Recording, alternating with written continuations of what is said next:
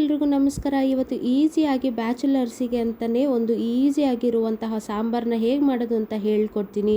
ಫಸ್ಟಿಗೆ ಯಾರೆಲ್ಲ ನನ್ನ ಪೇಜನ್ನು ಸಬ್ಸ್ಕ್ರೈಬ್ ಮಾಡಿಲ್ಲ ಪ್ಲೀಸ್ ಸಬ್ಸ್ಕ್ರೈಬ್ ಮಾಡಿ ಅಂತ ಕೇಳ್ಕೊತೀನಿ. ಫಸ್ಟು ನಾನು ಒಂದು ಕುಕ್ಕರಲ್ಲಿ ಸ್ವಲ್ಪ ತೊಗರಿ ಬೇಳೆನ ಹಾಕಿ 3 ವಿಷಲ್ ಬರ್ಸ್ಕೊಳ್ತಾ ಇದ್ದೀನಿ. ಈ ಬೇಳೆ ತುಂಬ ಚೆನ್ನಾಗಿ ಬೇಯಬೇಕು, ಹಾಗಾಗಿ 3 ವಿಷಲ್ ಬರಲಿ.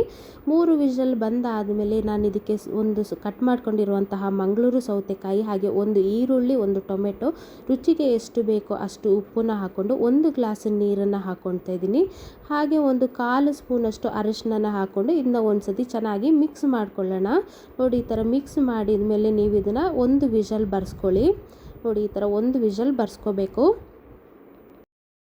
1 ವಿಷಲ್ ಬಂದಾದಮೇಲೆ ಇದು ಆಲ್ಮೋಸ್ಟ್ ರೆಡಿ ಆಗಿದೆ. ಇದನ್ನ ನಾನು ಬೇರೆ ಒಂದು ಪಾತ್ರೆಗೆ ಶಿಫ್ಟ್ ಮಾಡ್ಕೊಂಡಿದ್ದೀನಿ.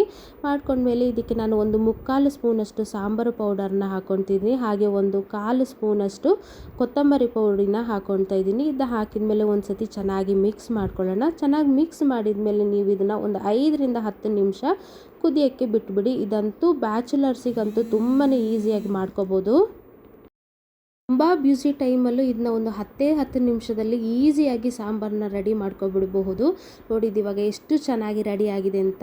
ಈ ವಿಡಿಯೋ ನಿಮಗೆ ಇಷ್ಟ ಆದರೆ ನನ್ನ ಪೇಜನ್ನು ಲೈಕ್ ಮಾಡಿ, ಸಬ್ಸ್ಕ್ರೈಬ್ ಮಾಡಿ, ಹಾಗೆ ಪಕ್ಕದಲ್ಲಿರುವ ಬೆಲ್ ಐಕನ್ನ ಕ್ಲಿಕ್ ಮಾಡಿ. ಇದರಿಂದ ನೋಟಿಫಿಕೇಷನ್ ಫಸ್ಟ್ ನಿಮಗೆ ಬರುತ್ತೆ.